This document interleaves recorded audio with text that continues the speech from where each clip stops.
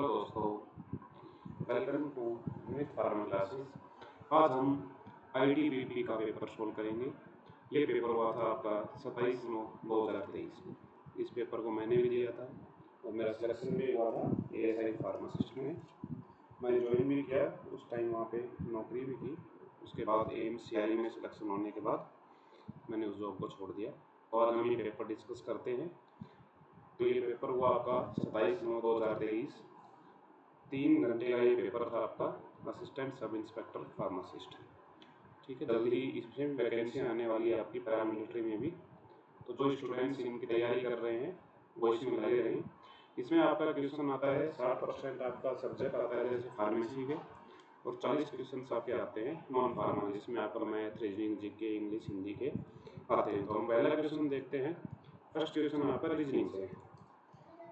तो इसमें आपका सबसे पहला क्वेश्चन देखते हैं अपन रीजनिंग का। तो ये आपको क्वेश्चन दिया गया, निम्नलिखित प्रश्न में दी गई श्रृंखला में से लुप्त अंक ज्ञात कीजिए। तो आपका पेपर हिंदी और इंग्लिश दोनों में आता है, तो जिसको भी जो सुटेबल लगे आप उसमें कर सकते हैं। तो फर्स्ट डिजिट दी है इसमें 50, सेकेंड इसमें 24, थर्ड 23, फोर्थ दिया आपकी 33.5 और 66। तो इसको आपको क्या करना है, इसको हमने मल्टीप्लाई करा 0.5 से, 0.5 माइनस 1 इक्वल टू कितना है आपका ये 25 और माइनस 1 24 को हम मल्टीप्लाई करेंगे 1 से, माइनस 1 इक्वल टू आपका है 23। फिर 23 को क्या करेंगे 1.5 से मल्टीप्लाई करेंगे, माइनस 1, यह आपका है 33.5। 33.5 को आप 2 से मल्टीप्लाई करें, माइनस 1 लें तो आप आएगा 66। 66 को आप 2.5 से करें, माइनस 1 इक्वल टू आपका 164। तो ये आपका आंसर रहेगा। तो ये कैसे किया हमने, जैसे रीजनिंग में हमने पहले 0.5 से मल्टीप्लाई करा, फिर 1 से, फिर 1.5, फिर 2 से 2.5, और इधर का आपका माइनस 1 सेम रहा। तो इस तरह से आपका फर्स्ट क्वेश्चन का आंसर आ गया 164। ठीक है, इस तरह से हम, तो हमारे जो फार्मासिस्ट में होता है इसमें आपकी मैथ, रीजनिंग इतनी हार्ड नहीं आती है आपको। आपका सब्जेक्ट जो होता है वो बहुत हार्ड आता है, बाकी आपकी मैथ, रीजनिंग इतनी हार्ड नहीं आती है। अगर सेकंड क्वेश्चन है ए, लिख लीजिए ए बी की माता है, यानी कि किसकी माता है, बी की माता है। तो यानी कि बी से नीचे वाली पीढ़ी का है, तो माता है मतलब माइनस सिंबल। ठीक है, उसके बाद आपका आता है बी जो है वो किसका पिता है, सी का पिता है। तो यानी कि सी का पिता है, तो सी इससे नीचे वाली पीढ़ी का हो गया पिता, मतलब ये हो गया आपका पॉजिटिव। आप जो फीमेल्स हैं इनको नेगेटिव से कर लीजिए और मेल्स को पॉजिटिव से। तो सी है वो डी की बहन है। सी कौन है, इसकी बहन है डी की, यानी कि इसी की पीढ़ी की हो गई। तो ये इसकी क्या होगी, बहन। डी क्या होगी, इसकी डी की बहन है, यानी कि सी भी आपका माइनस। डी ई का भाई है, जो डी है वो किसका भाई है, ई का भाई है। तो यानी कि ये मेल हो गया। तो ए बी से किस प्रकार से संबंधित है, यानी कि आपका ए और डी, ये क्या थी आपकी नेगेटिव, कितनी पीढ़ी आ गई है, 2 पीढ़ी आ गई है। यानी कि ये इसका क्या रिलेशन हो गया, इसका और इसका किसका रिलेशन हो गया आपका, दादी वाला। किसका रिलेशन हो गया आपका, दादी का। तो इसका आंसर क्या आ जाएगा आपका 3 नंबर। ठीक है, अगला क्वेश्चन आता है आपका 3rd नंबर क्वेश्चन आपका,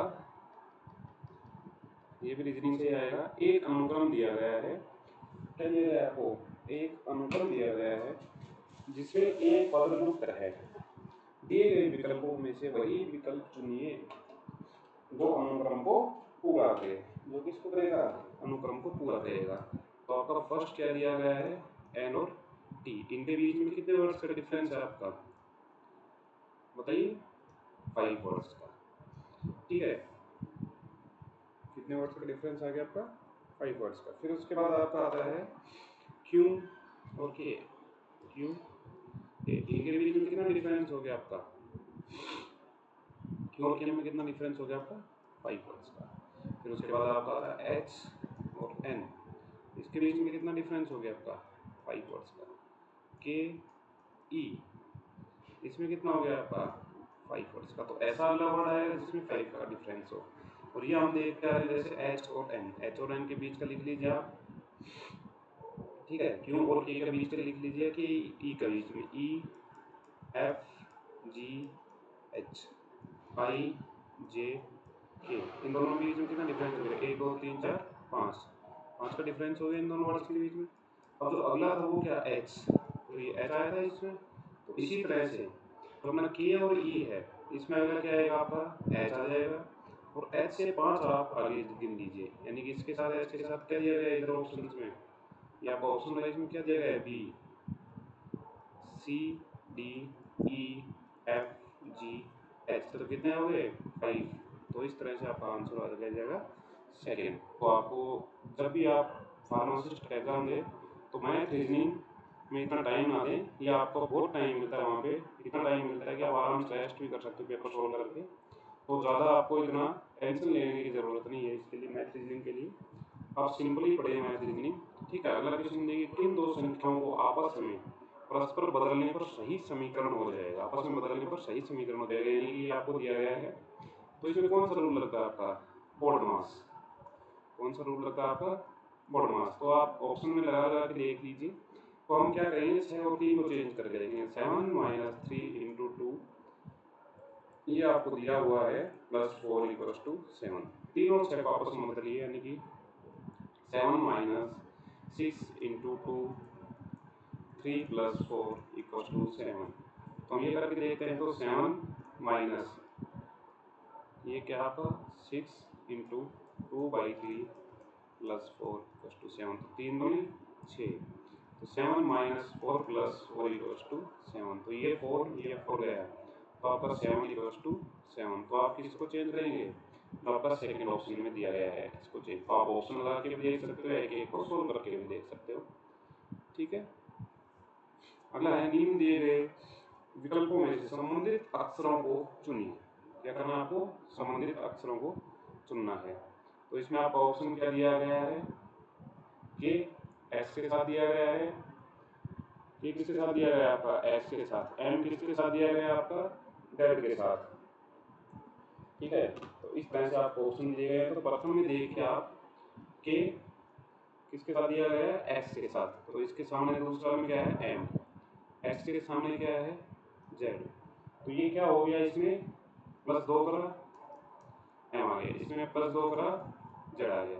तो इसी टाइप से इसको कर लेंगे एल और वाई, इसमें +2 करो और इसमें +2 करो, इसमें +2 करेंगे तो आपका क्या आ जाएगा, ए, और इसमें +2 करेंगे आपका क्या आ जाएगा, एन। तो आपका ऑप्शन में क्या आ जाएगा, एन और ए। तो इतने हार्ड क्वेश्चन नहीं है, आप आसानी से कर सकते हो इनको। थोड़ा सा आपको मैथ रीजनिंग में अपना ध्यान लगा के और क्वेश्चन सोल्व कर सकते हो, आसानी से आप नौकरी पा सकते हैं। अगला आपका दिया गया, निम्न प्रश्न में से दिए गए विकल्पों में से प्रश्न चिन्ह के स्थान पर आने वाली आकृति को चुनिए। किसको, जैसे इसका नीचे की तरफ दिया गया है, फिर आपकी इस दिशा में घूमा, फिर ये अगले में इस दिशा में घूमा, ये अगले में इस दिशा में, यानी कि अगले में क्या होगा, एकदम सीधा आ जाएगा। तो सीधा कौन से ऑप्शन में, आपका ऑप्शन नंबर 1 में। तो आपको ज़्यादा नहीं करना है, इसमें ज़्यादा परेशान नहीं होना है, बहुत ईजी क्वेश्चन आते हैं, कोई भी फार्मासिस्ट का एग्जाम ले लीजिए। अगला क्वेश्चन है क्वेश्चन नंबर 7, नीचे दिए गए प्रश्न में से कुछ कथन और उनके बाद उन कथनों पर आधारित कुछ निष्कर्ष दिए गए हैं, कथनों को सही माने। कथनों को क्या मानना है आपको, सही मानना है, सही माने चाहे उसमें सामान्य ज्ञात तथ्यों से भिन्नता हो। सभी निष्कर्ष पढ़ें और फिर निर्धारित करें कि दिए गए कौन से निष्कर्ष दिए गए हैं और दिए गए कथनों के आधार पर युक्ति संगत है। कथन 1 है, जो आपका कथन नंबर 1 है, कोई भी ए जो है वो एफ नहीं है। कोई भी ए क्या है, एफ नहीं है। वो कुछ ए क्या है, जे है, यानी कि कोई भी ए जो है वो एफ नहीं है, और कुछ ए क्या है, एफ। कोई भी एफ जे नहीं है, कोई भी एफ जे नहीं है। इस कथन के अनुसार एफ का संबंध ए से नहीं है। जैसे हम सोल्व करेंगे, क्या सोचेंगे, इस कथन के अनुसार एफ का संबंध ए से नहीं है, ठीक है, लेकिन जे का वह हिस्सा जो ए नहीं है, यानी कि जे जो है, कुछ जे क्या थे, ए थे, वह एफ हो सकता है। इसलिए यह निष्कर्ष आपका निश्चित रूप से सही है। क्या मतलब कि आपका जैसे एफ जो है, इसमें से कुछ हो सकते हैं, तो ये आपका सही नहीं है। दूसरे में क्या दिया गया है, कोई भी एफ ए नहीं है। दूसरे में क्या है, कोई भी एफ ए नहीं है। तो इसमें हम क्या देखते हैं, कोई भी एफ ये नहीं होगा, अतः इसका मतलब क्या हो गया, ये निष्कर्ष तो सही है। थर्ड में क्या है, जे एफ नहीं है, कुछ जे एफ नहीं है, तो इसमें क्या होगा कि अपन ने कुछ जे ए नहीं है और कोई ए एफ नहीं है, इसलिए जे का कुछ हिस्सा ए के अंदर है, वही एफ नहीं हो सकता। तो इसका मतलब क्या होगा, यह निष्कर्ष भी आपका सही है, यानी कि सेकंड और थर्ड ये आपके निष्कर्ष दोनों ठीक है। इसका मतलब आपका ऑप्शन नंबर 2 ठीक है। ओके, तो ज़्यादा हार्ड क्वेश्चन नहीं आते इसमें, आपके रीजनिंग और मैथ के आसानी से सोल्व कर सकते हैं, आप थोड़ा सा दिमाग लगाएंगे, ठीक है, तो ये आसानी से सोल्व हो जाएंगे। अगला क्वेश्चन है, यदि ये आपको कुछ टर्म दी गई है, ठीक है, इनको आसानी से पढ़ना है, ठंडे दिमाग से और सोल्व करना है, फटाफट सोल्व करिए। यदि जो आपका अल्फा है, ठीक है, इसको क्या माना जा रहा है प्लस, बीटा को क्या माना जा रहा है माइनस, गामा को क्या माना जा रहा है मल्टीप्लाई, और आपको डेल्टा को क्या माना जा रहा है प्लस, निम्नलिखित में से कौन सा समीकरण सही है, निम्नलिखित में से कौन सा समीकरण सही है, तो इसमें कौन सा समीकरण सही है, इसमें रख के देख लीजिए। जैसे आप रखेंगे, फर्स्ट में क्या है आपका 16, तो इसकी जगह हमने क्या माना है प्लस 15 माइनस 14 प्लस 12 और मल्टीप्लाई में क्या करेंगे अपन 18, तो ये क्या आ गया आपका, इक्वल टू क्या होना चाहिए आपका 10। तो बोर्डमास का जब हम रूल लगाते हैं, कौन सा रूल याद रखना हमेशा, बोर्डमास के रूल के अनुसार क्या होगा 16 प्लस 15 माइनस 14 216 हो जाएगा, यानी कि इसको मल्टीप्लाई करेंगे, पहले 12 और 18 मल्टीप्लाई करेंगे 216 आ जाएगा। तो इसके अनुसार कितना हो गया 31 माइनस 14 प्लस 216, तो ये आपका क्या आ गया 233, पर आना क्या चाहिए था 10, तो इसका मतलब ये आपका ठीक नहीं है। अगला क्या है आपका, इसके नीचे लिख लेते हैं आपका, अगला क्या है 25, ठीक है, 25 प्लस 16 डिवाइडेड बाई 8 माइनस आपका 6 मल्टीप्लाई 3 इक्वल टू 24, ये होना चाहिए आपका, ठीक है। इसमें क्या आता है आपका, फिर वही बोर्ड मार्क्स लगाएंगे अपन, बोर्ड मार्क्स हमेशा याद रखना है, pharmacist exam question maximum board marks से ही सॉल्व हो जाएंगे, तो इसी लेवल के क्वेश्चन आते हैं आपके, चाहे इसमें देख लीजिए आप, जिस भी एग्जाम में देखें आपका नॉन टैग इतना हार्ड नहीं आता है, तो इसमें ज़्यादा परेशान होने की जरूरत नहीं है।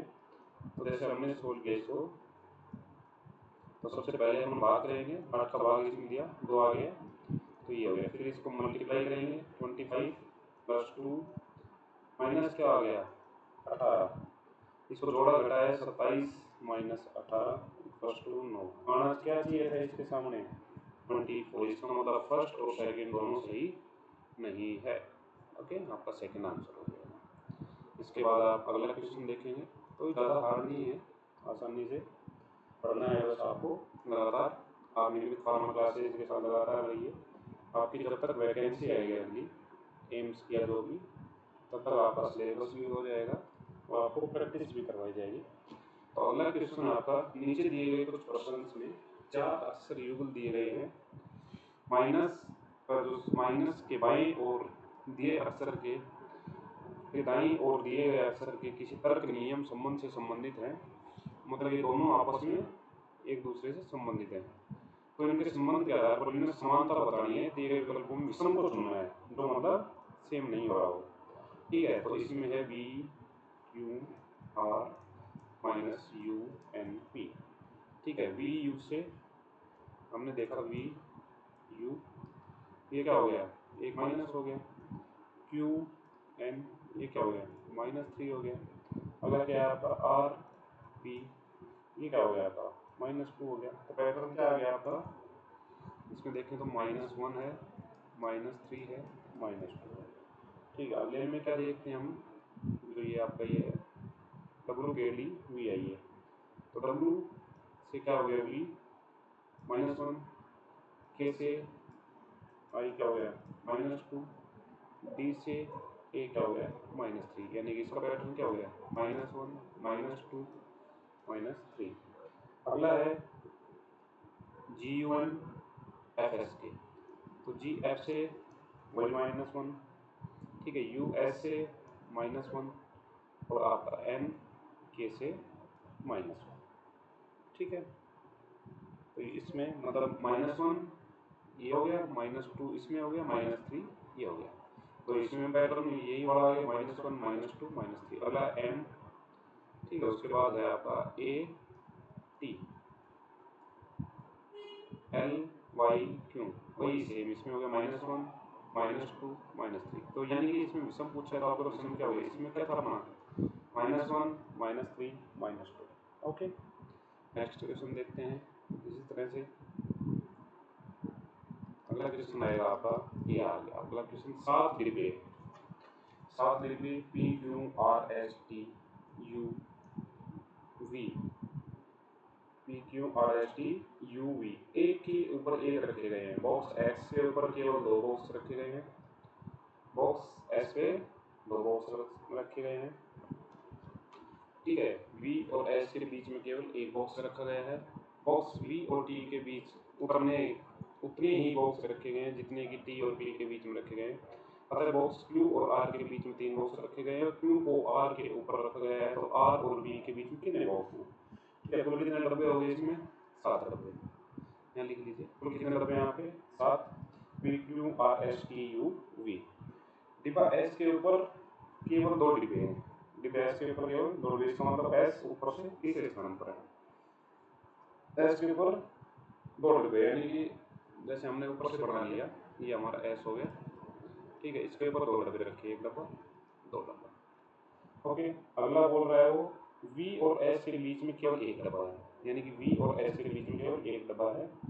तो इसका मतलब क्या होगा, या तो V यहाँ होगा या V इसके एक नीचे होगा, यहाँ मतलब बीच में गैप हो गया, इसका मतलब या तो V इसमें होगा या V आपका ऊपर होगा। अभी तक तो कंफ्यूजन है, ठीक है। V या तो सबसे ऊपर होगा या V ऊपर से कितने पे आधे नंबर पे हो गया, ठीक है। अगले में V और T के बीच में उतने ही डिब्बे हैं। V और T के बीच में कितने डिब्बे हैं? उतने ही जितने T और P के बीच में हैं। V और T के बीच में उतने डिब्बे जितने T और P के बीच में। इसका मतलब क्या हो गया, T V और P के ठीक बीच में है, यानी कि T किसके बीच में है? V और P के ठीक बीच में है। डिब्बा Q R के ठीक ऊपर है। डिब्बा Q का है R के ठीक ऊपर रखा हुआ है, मतलब Q और R के बीच में 3 डिब्बे रखे गए हैं। Q और R के बीच में कितने डब्बे रखे हैं? 3 डब्बे रखे गए हैं, ठीक है।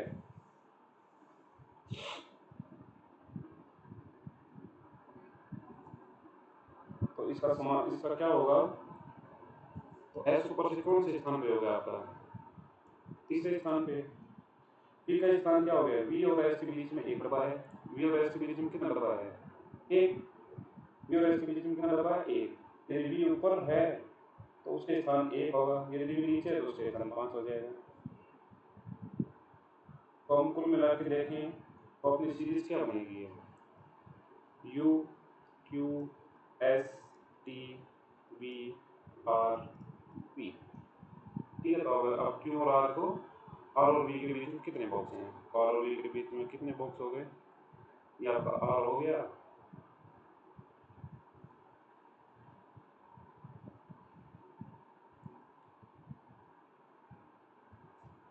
तो इसमें आंसर आपका आ गया 4। ओके, R और V के बीच में कितने डब्बे हो गए? ये आपका V हो गया ऊपर और ये R, तो इसमें Q S T और V आपके 4 डब्बे आ गए। ये क्वेश्चन थोड़ा लेंथी पड़ेगा, तो वहाँ पे अच्छे से सोल्व करेंगे तो क्वेश्चन सोल्व हो जाते हैं। बहुत टाइम मिलता है आपको, इतने हार्ड क्वेश्चन भी नहीं आते अपने फार्मेसी के स्टूडेंट्स के लिए।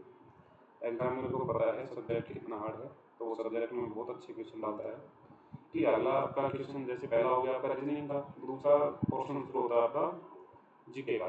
तो इसमें क्वेश्चन आया था उस टाइम, भारत का तीसरा चंद्रमा मिशन चंद्रयान 3 को सफलतापूर्वक लॉन्च किया गया था। किस तारीख को किया गया था? 14 जुलाई 2023 को इसको लॉन्च किया गया था। कार्ची खया के नाम से प्रसिद्ध 14 देवी देवताओं की पूजा किस राज्य में की जाती है? तो ये भी आपको कौन से राज्य में की जाती है? त्रिपुरा। अगला क्वेश्चन है, गिर जंगल के संदर्भ में निम्नलिखित में से कौन सा कथन सही है? यह भारत के छत्तीसगढ़ राज्य में स्थित है।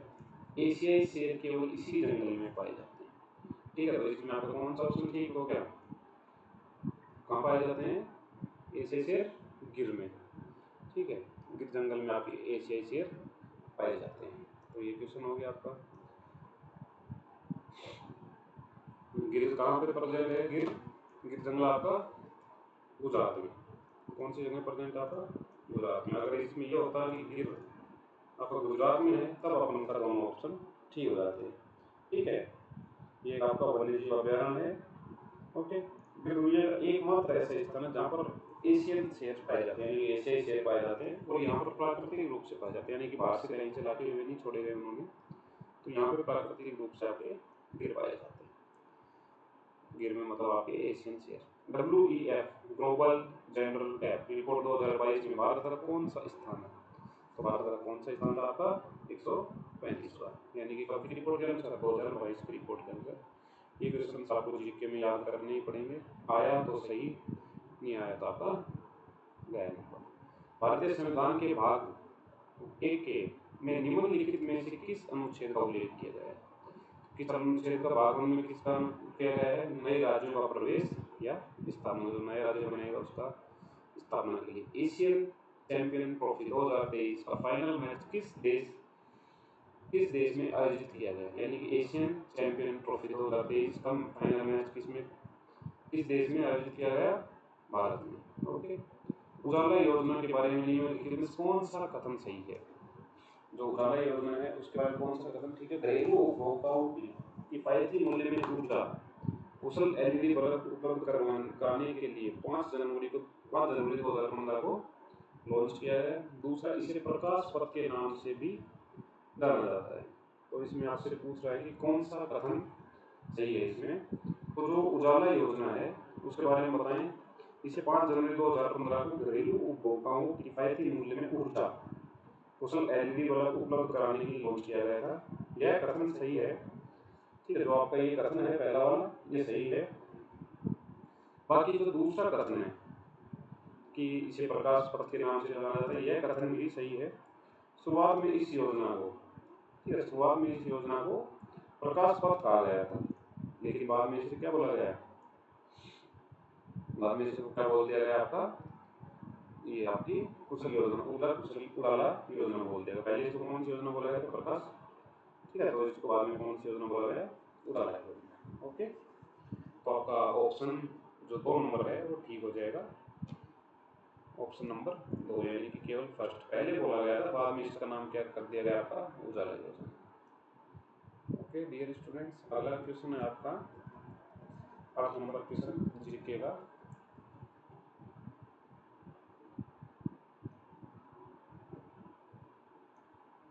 निम्नलिखित में से कौन सी रियासत विलय नीति के सिद्धांत के आधार पर अंग्रेजों के हाथ में चली गई? ठीक है, इसमें आपको 3 चीजें दी गई हैं कि निम्नलिखित में से कौन सी रियासत विलय नीति के सिद्धांत के अनुसार अंग्रेजों के हाथ में चली गई। तो ये क्या मामला था? ये तो लॉर्ड डलहौजी के जो अंग्रेज अपने वो थे, कौन से? लॉर्ड डलहौजी।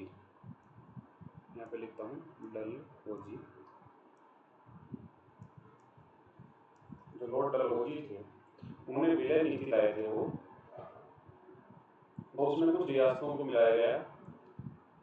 तो इसमें क्या था कि विलय नीति के आधार पर अंग्रेजों के हाथ में जाने वाली प्रमुख रियासतें थी आपकी 17। कौन सी थी आपकी? 17, मैसूर और झांसी। ठीक है, तो विलय नीति के अनुसार कौन सी गई थी आपकी? तो आपकी झांसी गई और 17 गई। ठीक है, मैसूर जो विलय नीति के अनुसार इसमें नहीं गई थी, मैसूर आपकी नहीं गई थी। इसमें आपकी कौन सी गई थी? सबसे पहले गई थी आपकी 17, जो कब गई थी? 1848 में। 17 कब गई आपकी? 1848 में। और झांसी कब गई आपकी? 1853 में। ये किसके हाथ में चली गई थी? अंग्रेजों के हाथ में। इसमें जो विलय नीति के तहत मैसूर नहीं आई, क्योंकि यहाँ पे चौथा युद्ध हुआ, एंग्लो मैसूर युद्ध।